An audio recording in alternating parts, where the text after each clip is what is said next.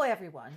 Well, here's yet another reason for everybody to sit up and pay attention as to how allowing Russia to pound its neighbor without any really serious consequences affects global politics and possibly more than politics.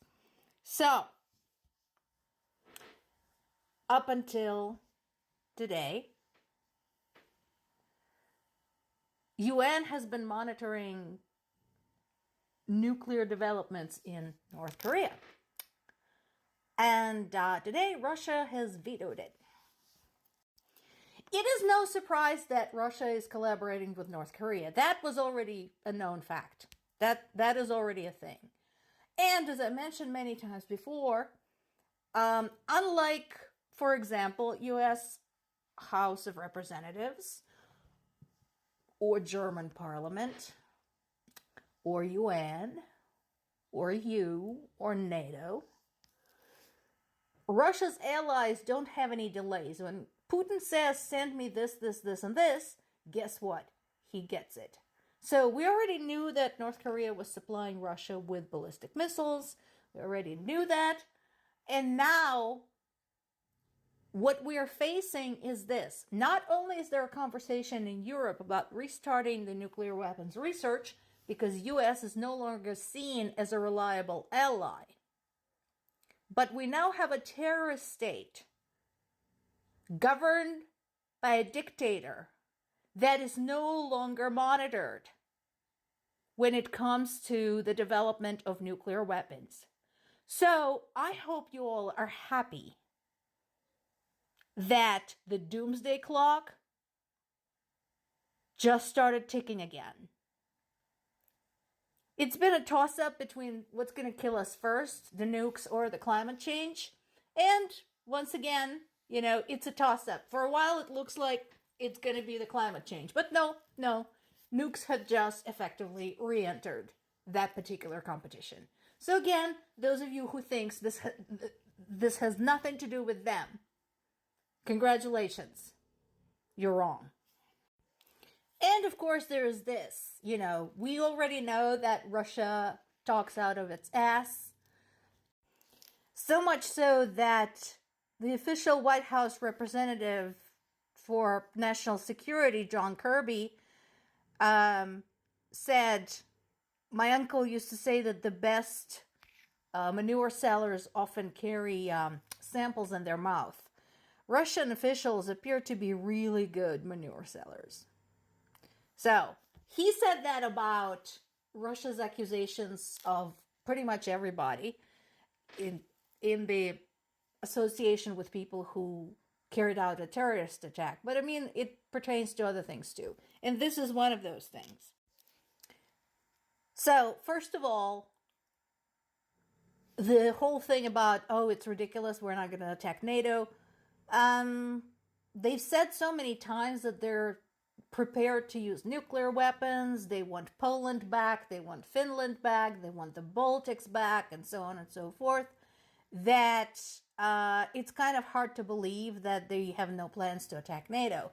Second of all, note that other bit, that they will consider any military bases hosting US-made F-16 fighter jets that are supposed to go to Ukraine a viable military target. I'd like to remind everybody, in case you forgot, that a military base, even if it is located in another country, just like an embassy, even if it's located in another country, is considered to be the territory of the country it represents. So an American embassy anywhere in the world is U.S. territory.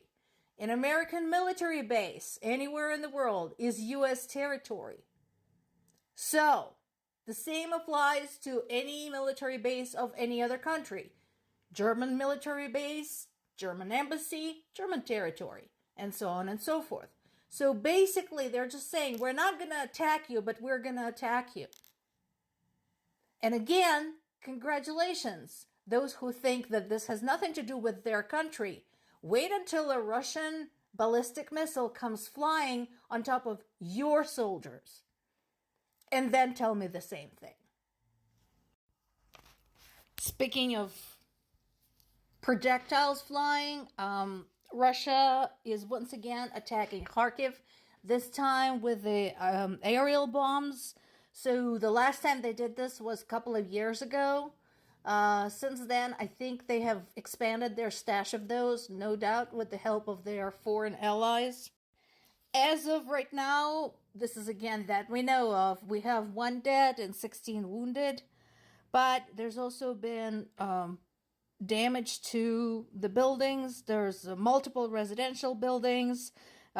Institute for Emergency Surgery has been damaged. That's how many medical institutions now that Russia had targeted?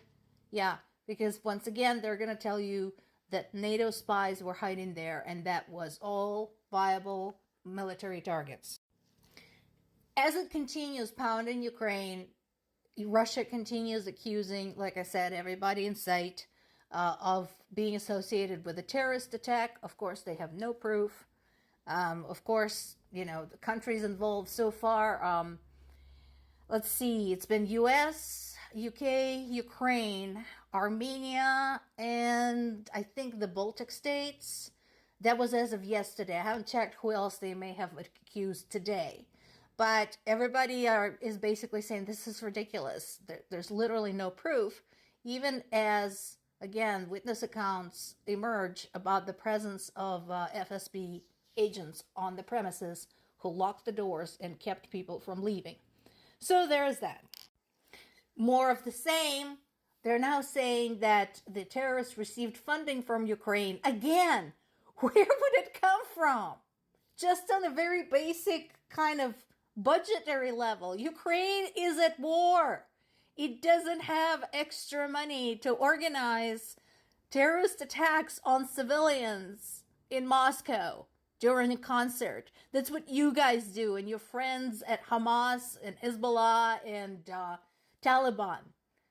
Ukrainians don't do that, and again, they don't have any place to waste their money on something idiotic like that.